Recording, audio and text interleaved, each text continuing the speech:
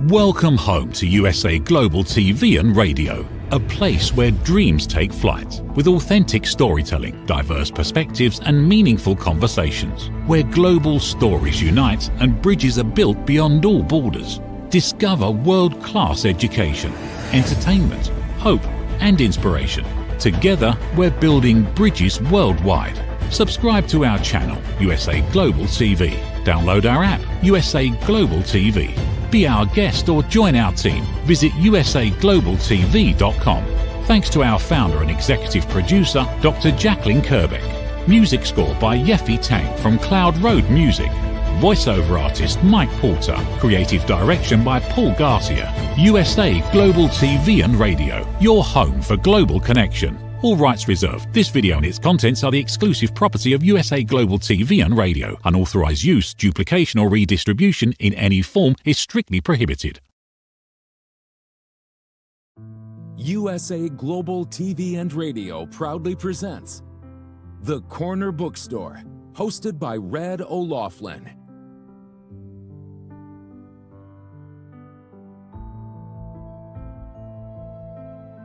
Step into a world where every story inspires. These pages come to life through the voices of authors from around the globe. Written by our global community of TV show hosts and best-selling authors, these works span genres, generations, and geographies, united by the power of storytelling. Discover your next favorite book and meet the minds behind the work.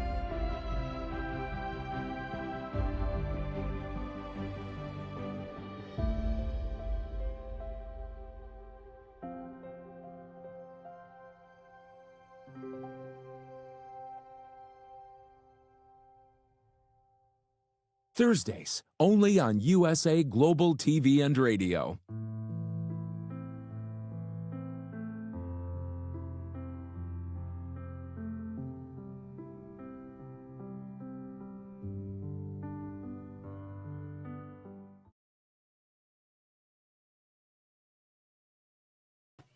Howdy all, Red O'Loughlin here.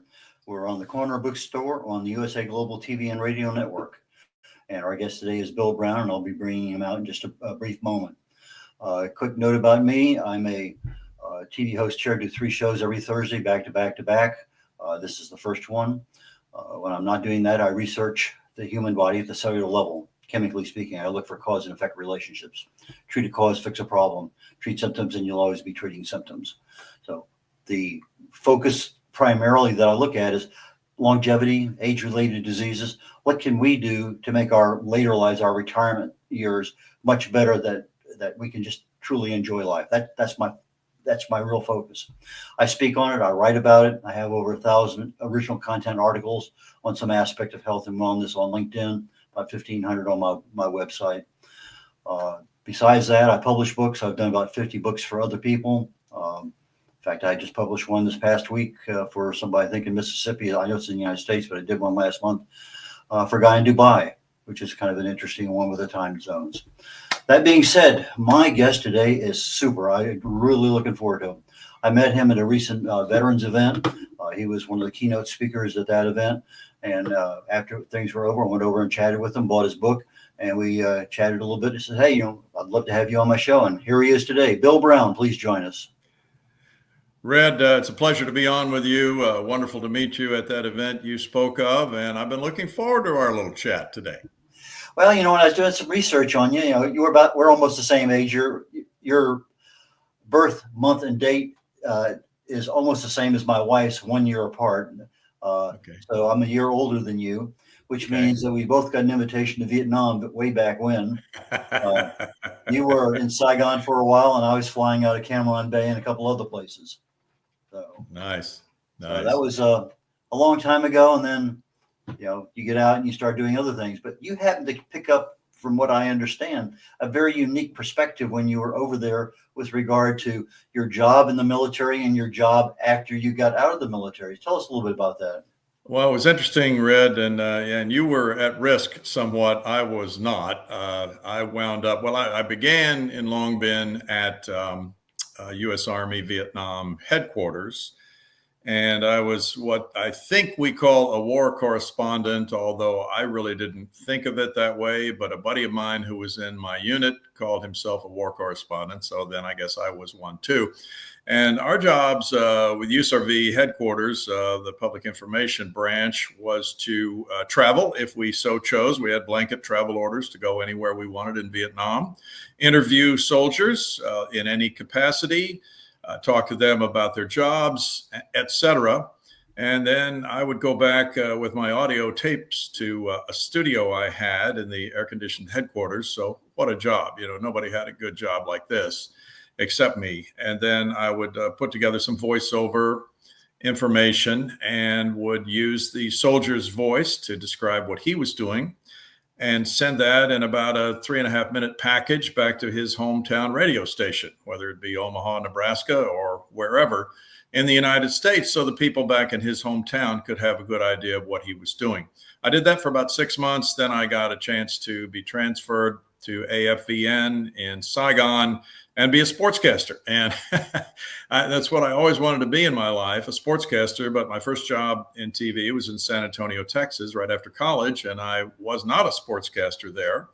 I was a news reporter. Not really what I hoped to do, but that was the way it went. So being in the Army in Vietnam gave me really my first break to do what I wanted to do, Red. I think in one of the interviews I was reading about you, I don't know, it was before you got the job at Cincinnati or not, that you would do practice or simulated games as if somebody was actually going on out there. Tell us how you developed that process and what actually happened. This is what I talk to high school kids about today if they want to be play-by-play broadcasters. Turn off the sound on TV, get the rosters of the teams, get the lineups or whatever written down, and so you'll have some information, whatever notes you want to make, and then start doing the game yourself into a little tape recorder. Listen to it, evaluate it yourself.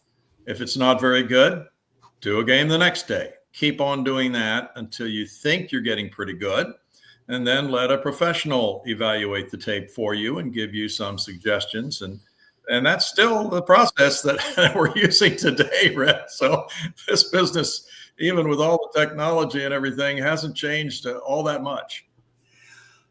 Interesting, because you would expect that would be the normal process that somebody would develop. That you just don't sit down and voila, you're instantly a play-by-play announcer.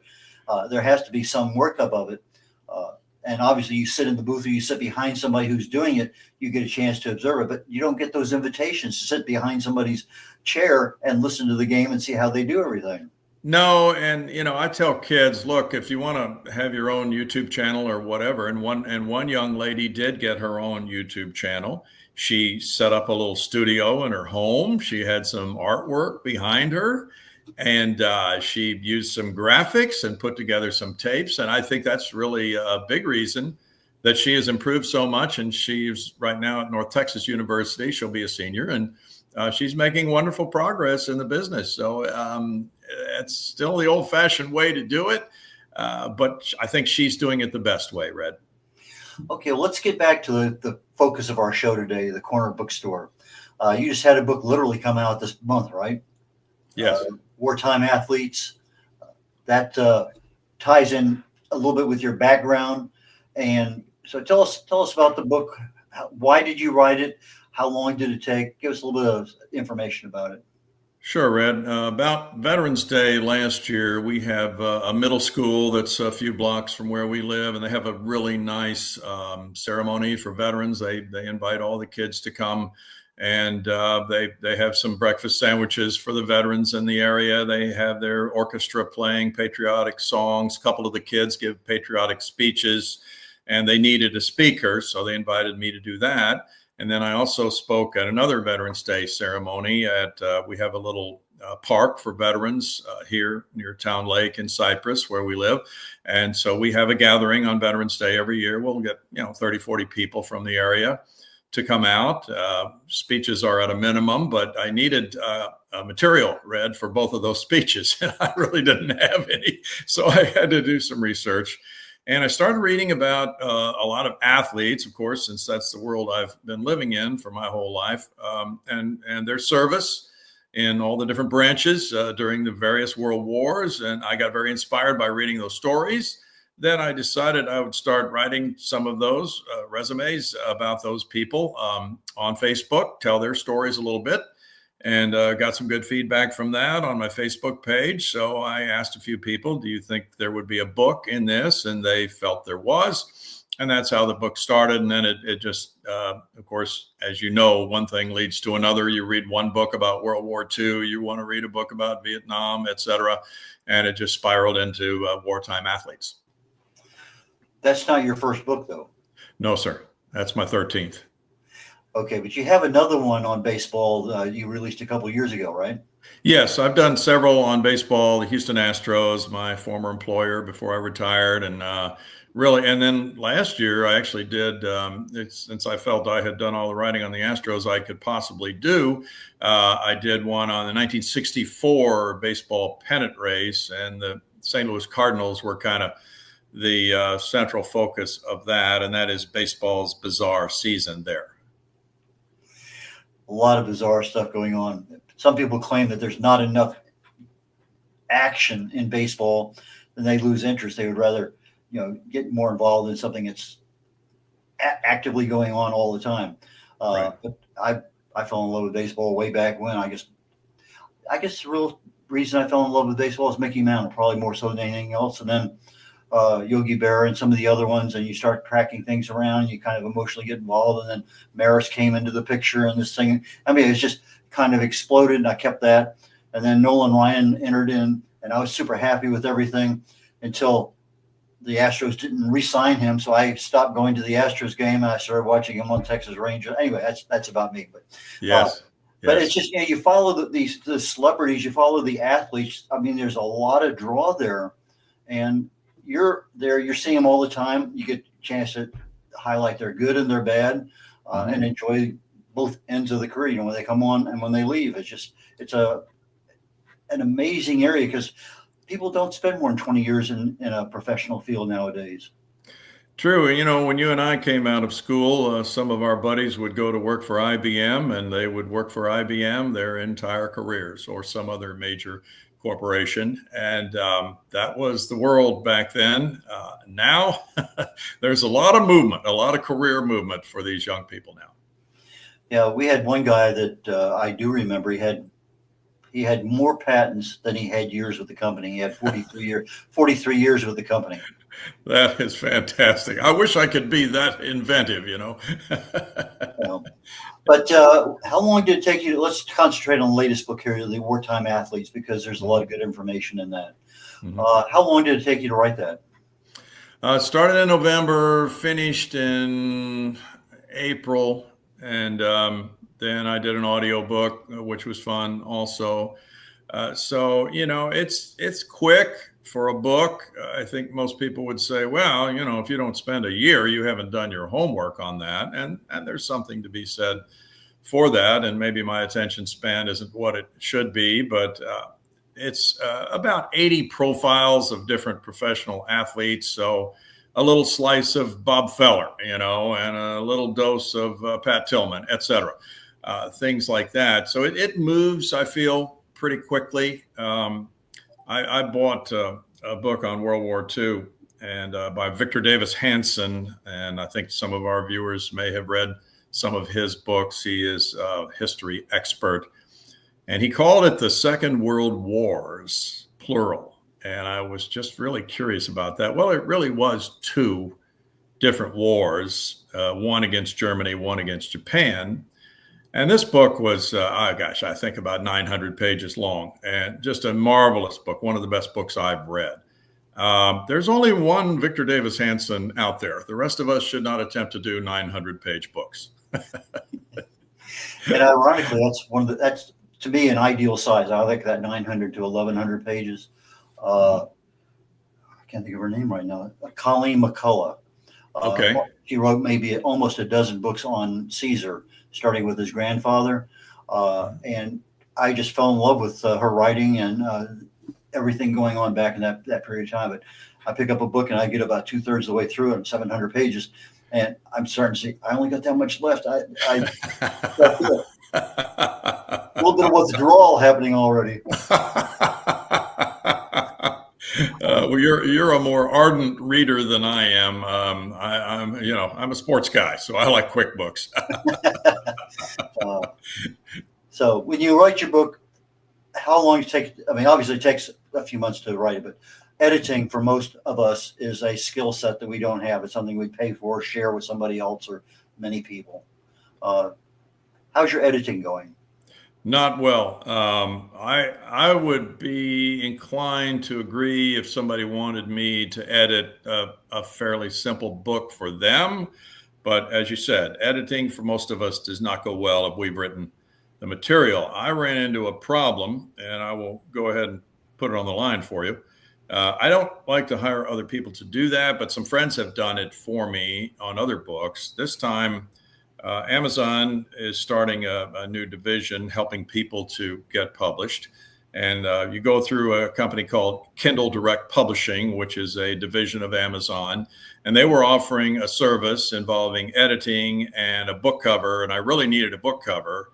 So I signed up for that. It was very, very minor in terms of expense for a book service of this nature. But the people that they had editing my book were not sports people. They did not understand sports language. They wanted to change a lot of the language. And then I found myself re-editing what they had edited. So it turned out to be a lengthy process, Red. Okay. Another skill set we as writers don't typically have is marketing. Yep. When did you start marketing when you first started writing, you got over a dozen books. Did you start marketing as soon as you were writing the book, or the book was out and now all of a sudden now you're forced to market it? And then how has that changed with regard to your latest book? Good question. I wait until the book is finished, and then I have a few people read it, and then I start mentioning it on Facebook. I'm not a good marketer, so I'll put it on Facebook, put it on Instagram, maybe X, but that's about it. I've put more into this book, Wartime Athletes, than the previous ones because it's for a cause and the money is going to veterans charities. And we have a veterans committee here where we live in a senior community. So we do fundraisers for military charities, and this is a part of that. And so I'm more inclined to want to get out in the public and take a few books and go speak to a senior group or any type of group and talk about the stories of the people in the book. And the real purpose of this book, Red, was to keep these stories alive, because I'm afraid some of these stories are going to die over time. And, it's been 80 years since World War II ended and things of that nature. And heck, I was watching Midway again last night, so I guess I'm stuck in the past. But there are a lot of us who were truly fascinated by World War II. It's interesting because I told you a real life story about Yogi Berra when he was with the Astros. And you said, well, do you know about his venture there in D-Day going into? And I said, no, I wasn't aware of that. Why don't you relate that so you get a little hint of the kinds of things you talk about in your book? Right. And, people know Warren Spahn. He's the winningest left-handed pitcher of all time. And I think many do know that he served in World War II, but they didn't realize that he was at the bridge at Remagen, and he was with the combat engineering group, and the bridge collapsed into the river, and he was there for all that. He actually got injured. And, the heroism of people like Warren Spahn, and then, Ralph Houck, who was the manager and general manager of the New York Yankees, came back one time with 9 prisoners all by himself. He had been given a Jeep to go scout behind enemy lines. And just the heroism of these people, and the fact that they were willing to miss, we'll say, 4 years in some cases, Ted Williams, Bob Feller, of their baseball careers and the very lucrative careers they were, to go serve their country. These are the stories I think that need to live on. How do you find these stories? There have been many books written about them, Red, and mine is kind of a collection of several. We went to the World War II Museum in New Orleans in February. Wonderful, wonderful Museum. They probably have 150 different types of military books about World War II for sale in their 2 different bookstores that I saw. And so there's a lot to choose from. There's one on that they put out, the World War II Museum published when football went to war and when baseball went to war. And these are all about World War II only. One totally about football players, another one totally about baseball players. And they were great. They were coffee table books with photos. Mine is not either one of those 2 things. And I wanted this to be different. Otherwise, why do it? But they, there were books that stuck only to baseball, and I didn't want to do that, although this is quite a bit, 70% of it may be about baseball. But we talk about pro golfers, boxers, football, basketball, you name it. I just wanted to open it up to people who enjoy the different sports and maybe are not such great baseball fans. We're getting ready to go to a station break here, a commercial break here in just a very brief moment. After we come back, I want to share a couple thoughts on editing and get a little bit deeper into that topic, because that's one I think that we as writers, that's one we struggle with, because it's not in our wheelhouse most of the time. So we'll be back in just a minute and we'll talk about editing some more. Okay. In a world craving connection, one platform dared to dream bigger. USA Global TV and Radio, a beacon for global voices, authentic storytelling, and elevated listening. Led by visionary Dr. Jacqueline Kerbeck, the journey from a spark to a global force is now captured in one inspiring book. Honored with YouTube's Silver Creator Award for surpassing 100,000 subscribers, discover the evolution, the challenges, the triumphs, and the unstoppable spirit that created a global movement. Executive producer Dr. Jacqueline Kerbeck, music score by Yeffy Tang, creative director Paul Garcia. This video and its contents are the exclusive property of USA Global TV and Radio. Unauthorized use, duplication, or redistribution in any form is strictly prohibited. Now an Amazon #1 new release in paperback and ebook. Broadcasting Brilliance, the evolution of USA Global TV and Radio, is inspiring readers around the world. Join the movement that's redefining global media one story at a time.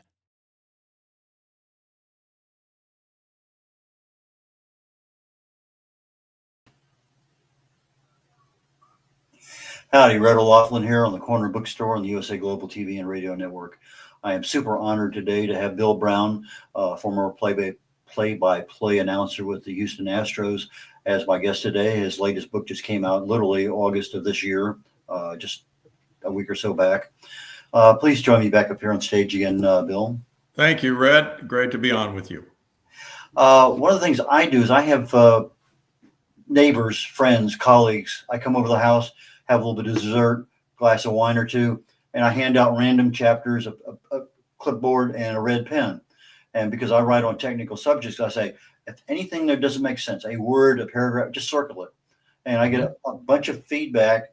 And sometimes I get some really, really good feedback. I can remember the first time somebody circled about 15 ifs, and the note was change if to win. Well, when I went back and I did a find, I had 80 some odd ifs. I think I changed all but 2 of them. And so you get different perspectives. So I use that when I can. Then COVID kind of disrupted that a bit, but I find that to be easy because you're not looking for everybody in the industry. You're looking for people who are just buyers of that kind of book. Right. Have you used AI at all for any kind of editing? I chose not to use AI, and as you know now, you can have AI narrate your book. I don't understand how that could possibly be interesting whatsoever. But anyway, no, I did not use AI. Amazon does not offer AI, and I'm glad. So the technique I used on this most recent book was to have 6 of my friends read each chapter and offer suggestions. And a lot of it would be editing suggestions, but a lot of it would be one friend of mine who was an executive with one of the oil companies and, very high up in the chain, was excellent at reading every word. And he is a very intelligent man. So he would write about 8 questions about that chapter. And I had not answered, obviously, those 8 questions. So I would have to go back and do more digging, more research, more writing, and then add to the chapter. And that was very helpful in the editing process. But the other thing I do now, Red, is read the version into a tape recorder. And I'll send it to a friend, or it'll be part of a radio program I'm doing or something like that. And by verbalizing out loud, you can catch a lot of mistakes that you can't catch otherwise. I think, yeah, you know this better than I do. You're an expert on the human body, but there must be something with the brain that slows down when you're reading each word out loud that you don't do when you're because my problem is I'm a speed reader, I'm a skimmer, so I don't really read every word, and that's helpful too for me anyway. Okay, there's a function within Microsoft Word. You usually go there for spell check. A couple tabs over, it's read aloud. Okay. You put your book right. You just put your chapter right there, whatever. The cursor's there, and every time that cursor moves across the word, it's read back to you. Oh, so nice. you don't have to record it. It's already there, waiting for you to push the button. Great. I'm learning a lot here. that was worth the cost of admission today, right? More than that. Yeah. So having that readback, I find to be exceptionally good. Using a Microsoft Word grammar checker is good. The Google, I think, is actually a better grammar checker, and they pick up different things. AI, the first time I used it to do a editing, I had about 20 pages, and I said, please edit, and I ended up with 2 paragraphs, and that didn't help me a bit. So you have to tell it exactly what you want. And so now I have a paragraph that says, this is what I want you to do with regard to syntax, diction, punctuation, spelling, and you give it back to me. And then that's a decent one, but it's very sterile. So I'll run that one through a couple other editing options that are free. But one of the things that I like to do toward the end is I'll go back into AI and I say, proofread it at the 7th grade level.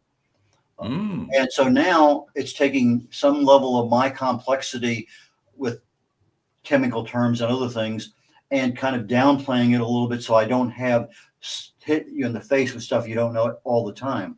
And so there's a lot of things it can do. I've used it for a couple of my clients to develop book covers. I had one 1850s, Central Texas, and this is what he wanted. Okay, so I got 5 covers designed, sent it to him. He says, I like A and B, or for just picking 2 out. And so I sent that to a real designer with another paragraph or 2, say, here's the 2 he really likes. Here's what needs to be added. And so it clarified the cover situation immensely. So there's a lot of things you can do with it that's not taking away from your intellectual property. It's just that we don't know about it because we've never done it. Well, good suggestions. Good suggestions. I'm taking notes. And so I think the typical thing nowadays is, let's say I'm starting to write a book now. I'm starting also to market that book on day one. I haven't even put a pen to paper, but I'm telling, hey, Bill and Tom, Dick, and Harry, I'm writing this book on whatever. So I'm starting to get my social media coverage. And so by the time the book is actually ready to go, then, I've had a lot of stirring in the audiences, so to speak. And so that helps a lot too. Good to know. And as it actually comes out and now you have it, book launch, et cetera. So did you have any book launches at all on any of your stuff? No. Well, I did here where we live. And what I like to do, Red, is I've made up a PowerPoint of about 10 slides of different individuals in the book, like Warren Spahn and Maurice Britt and Pat Tillman. And then I'll talk about those individuals. So it's not so much about selling the book as it is about telling the stories of the people in the book. And then we'll have some books available. And I am enjoying that more than just, trying to set up and sell a book. I think it's more fun to speak about it and have some feedback from people who are there in the audience. And they're probably more likely to remember something that's told verbally than what they've read. That's just my guess. Warren Spahn, was he one of the 2 pitchers that did one of the longest games, consecutive innings? He certainly was. Juan Marichal was the other, and they had 16 scoreless innings before somebody scored. It was an amazing, amazing, amazing game. And of course, it'll never happen again because pitchers couldn't throw that many pitches these days. They're just not physically trained to do it, and their managers will not allow them to do it. But yeah, he was a throwback. He, hadn't won a game before he was 25 years old, and he wound up winning 363 games. So I don't think we'll ever see that again either. I think another thing we probably wouldn't see very often is a game being rained out at the Astrodome, because we don't play games in the Astrodome anymore. No, but did you hear about the game that was rained in? Rained in? No, I don't think I've heard about that one. Okay, this was about 1975, and it was around 3-4 o'clock in the afternoon. There was a big storm that just dumped buckets and buckets of water on Houston. And some of the players were there it was supposed to be like a 7 o'clock game. So some of them were there, and they could have played. I think there were players from both teams actually there, but the umpires couldn't get through all the water to get to the Astrodome. So they had to cancel the game. Okay, that was the one that got like 42 inches of rain in Alvin. And That sounds right. Yeah, they had 3 feet of water in the parking lot. Yes. Yeah, and that's different than the one that actually got rained out, because that was a different rainstorm, a couple of years difference from that one. Okay. But yeah, I wasn't here for that event, but I read about it. I've always had a minor interest in meteorology. I did a lot of flying, and it's one of those things you kind of pick up and you run into or bump into occasionally. Right. Right. But the first Astro game that was not, the New York Yankees came in and they played an exhibition game. Well, I guess during one of the disputes in baseball, in order to have a baseball season, the Astros and others broadcast previous games. And so I knew that tomorrow they're having that exhibition game, so I recorded it. And that's one of my prized possessions, because I do have a recording of the very first game ever done in the Astrodome. That's great. And did you hear the story about when Mickey Mantle came up to the plate to lead off the game? Since you followed him. Well, Mickey, of course, was a superstar. We all love Mickey. And he was batting leadoff in that exhibition game. Not that he normally did that, but he was going to get that honor from his manager of being the first guy ever to bat in a game in the Astrodome. And the guy who was the catcher for the Astros for that game told me that when Mickey stepped into the batter's box, the umpire said, hey, Mickey, the Hall of Fame wants to save this baseball and put it on display. So make sure you don't hit it. Make sure you take the first pitch of the game. He said, oh, I'm too nervous to swing anyway. That's no problem. Yeah, I believe that. Yeah. I think he was so much of a natural, it didn't matter. But Right. I still have an actual newspaper cutting that I cut out where he almost hit a ball out of Yankee Stadium. It was almost a 600-foot ball. It bounced off way up high. And anyway, getting back to you here. Okay, so we have a lot of things going on there. Do you have any intention of getting your books into foreign languages? No, I don't. Hadn't even thought about it. In fact, I know you've probably done that. I don't know if people in other countries would be that interested in reading about American athletes. I hadn't even thought about it. Fiverr.com is the one I use for a lot of my clients for covers and for myself. You're familiar with that website? No. Okay, No. 5, like the number 5, FIVE, RR.com. Okay. And for anywhere from $5 up, you can get a cover. And so when I get a cover for my book, I'll buy $5 covers, and I'll put them out on social media and say A or B, B or C, C or D, because what I like is not necessarily what my audience buys. And so I get, I've been surprised at some of the stuff comes back. I really like the cover, but nobody else does. Or the one I don't like, everyone else. And so they have now economical options for getting your book into Japanese or German or some other language. So that might be something, if you're thinking about it, I can pass that one on to you, because that's something that I will be doing more of. It just has to, obviously you have to get into ISBN and some other things in there, but it's something that I think it's worth it. Okay. Thank you. Sure.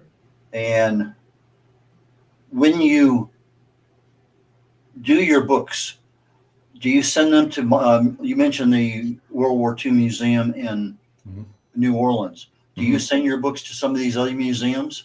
I have not sent it. I did actually meet the public relations director when we were at the museum. He was a very nice man. I thought about it, but the reason I did not send him one was that they had so many books in that museum already. I thought it would just get lost in the shuffle.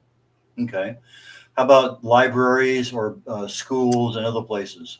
Yes, for sure. And, there's a museum in Fredericksburg, Texas, a few miles from here. And that's the Nimitz Museum on World War II on the South Pacific. And we went there a few years ago, and I really wanted to see it because I had heard such great things. But we went on a Tuesday, and it's closed on Tuesdays. Have you ever heard of that? No, I have not. Well, we didn't ever get to see it, but I'm going to try again sometime, and I would leave a book with them probably. Yeah. It's just it's a marketing ploy. It is. It just gets you out there a little bit. So I'm just trying to think of other things that might be of value. What have you found from being a writer in sports that's helped you outside of anything that you've done? I think all of us in sports have certain assumptions that we make about the knowledge people have about our sport. There, for instance, are a lot of women attracted to baseball. I think you get to know the players better in baseball. There's a game every night. It's kind of like a soap opera. You can see the players' faces, unlike football. And you just feel like you really get to know them because you see them so often. So in that respect, I think that people know the game, but I don't think they necessarily know all the strategy, everything the manager's thinking about. And so there is an awful lot there that we can't and shouldn't assume that people know. And therefore, I think the more with the writing part of it, as far as a book goes, that can explain that and explain about a player and his shortcomings, we'll say, and how another player would try to exploit that guy's shortcomings or something along those lines. I think it's nice to have a healthy understanding of kind of what the average fan knows, and when they'll say, "I didn't know that," that's a good little memory device when it comes to writing about that particular subject. Yeah. I'm going to make one more comment, and then I'm going to turn it over to you to tell people how to get your books and things. But I get out of something like that when I read, let's say they were injured in the military and now they're coming back. They didn't give up, or they got injured in baseball. Some people would, they have such a passion for the sport, they can't give it up. And so long as they're productive and useful for the team, they show up. It doesn't matter. And I think that we have that same thing in other aspects of our lives. No matter what it is, we put on a happy face and we show up. Right. And I if we had more time, I would get into that because there are some guys in this book who definitely, one guy had his leg amputated below the knee, and they wanted to amputate his entire leg on the battlefield. He said, "No, I'm a baseball player. You can't have my leg. I'm going to be playing baseball again." Believe it or not, they amputated his leg below the knee, and he pitched again in the major leagues. So it's very inspirational to read these stories.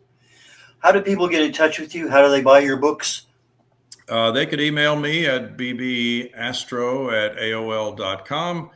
The book is on Amazon. It's $15 for paperback and $20 for the hardcover. And there it is. Yeah, thank you for displaying that, Wartime Athletes. It was a real pleasure to write this book. And thank you for your time today, Red. Well, I look forward we're going to have another talk, whether it's in person and having a lunch, or we're going to be another TV show down the road. But we will connect again. We're both here in the Houston area. There's no reason why we can't. I look forward to it. Thank you so much, Red. So, Bill, take care, and we'll catch you later on. This is Red O'Loughlin getting ready to sign off on the Corner Bookstore on the USA Global TV and Radio Network. My next show starts in about 15 minutes, and it's called The Wise Ones. And I have a guy coming in today we talked to recently. He wrote a book on leadership, the skills he learned while he was in prison. It's kind of an interesting deal. Very interesting guy to talk to, so I'm looking forward to that one again. Last week on my own show called Talking Heads, I talked about how to write your book in 7 days. Well, today I'm going to talk about how you can publish your book in 7 days. That doesn't mean it gets edited in 7 days. It just means that the writing can be done to a certain point. The publishing can be done to a certain point. There's no longer a need to go to a whole year to get a book out. Anyway, that's what my plan is today. So Red O'Loughlin on the Corner Bookstore on the USA Global TV and Radio Network, and signing off, and we'll catch you all next week. Take care. Bye now. Czy marzysz o własnym programie telewizyjnym? Chcesz dzielić się swoją historią z całym światem? Teraz jest Twój moment, by zabłysnąć. Na USA Global TV and Radio pomagamy Ci stworzyć, poprowadzić i transmitować Twój własny program. Jesteś przedsiębiorcą, ekspertem czy artystą? Pomożemy Ci zrealizować Twoje wizje. Oferujemy profesjonalne szkolenia z wywiadów, transmisji na żywo i podcastów. Z nami zdobędziesz pewność siebie i umiejętności, by przyciągnąć uwagę widzów na całym świecie. Dołącz do społeczności twórców, którzy już zmieniają świat. Jeden program naraz. Twój głos zasługuje na to, by go usłyszano. Wejdź na scenę.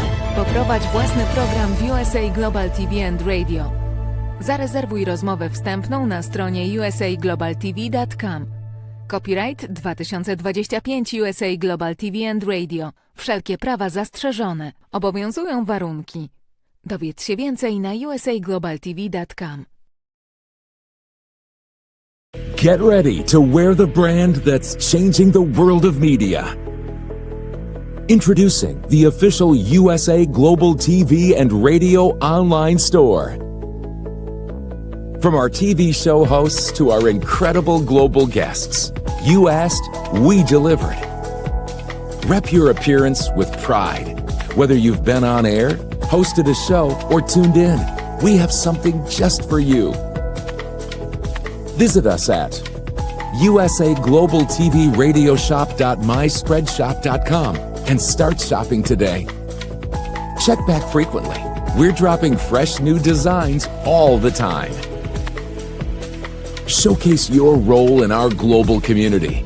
These designs celebrate your voice, your story, your presence. It's more than just merchandise. It's a movement of hope, inspiration, education, and elevated listening. Head to usaglobaltvradioshoп.myspreadshop.com. Your spotlight awaits. USA Global TV and Radio. Elevate your style. Elevate the world. From the magical world of the amazing adventures of Lady Ella comes a heartwarming new journey filled with kindness, courage, and compassion. Lady Ella, the beloved ladybug and listening mentor, is back, and this time she is not alone. Meet her brave and thoughtful brother, Lord Jack. Together, they take flight on their very first kindness adventure. Along the way, they meet 3 new friends in need: a duck feeling discouraged, a mouse struggling to be understood, and a busy little bee who's completely lost. But with the power of elevated listening and simple acts of kindness, Lady Ella and Lord Jack show us how understanding and empathy can make the biggest difference in someone's day. Written by Dr. Jacqueline Kerbeck, the listening mentor, this 9th book in the best-selling Lady Ella series teaches children ages 5 to 10 the essential skills of listening, kindness, and etiquette. Now available for pre-order on Amazon. Scan the QR code and order your copy today.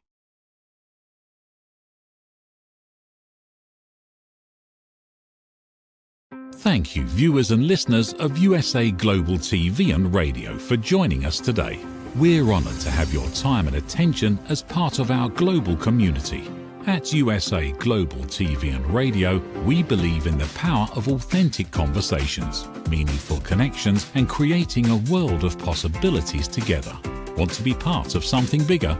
Join our team of elevated listeners at usaglobaltv.com, a space where your voice matters and your ability to listen transforms relationships. Stay connected with us across all our platforms for thought-provoking discussions, expert insights, and empowering stories. Subscribe to our channels at youtube.com/c/USA Global TV. Follow us on social media and explore the endless opportunities we're creating for growth, learning, and inspiration. Together, we're not just broadcasting, we're building bridges and changing lives one conversation at a time. For inquiries, contact us at info@usaglobaltv.com. Music by Johnny Dyes. Produced by Executive Producer and Director Dr. Jacqueline Kerbeck. Voiceover by Mike Porter. Creative Direction by Paul Garcia. All rights reserved. Copyright 2025. Visit usaglobaltv.com to view our full terms and conditions.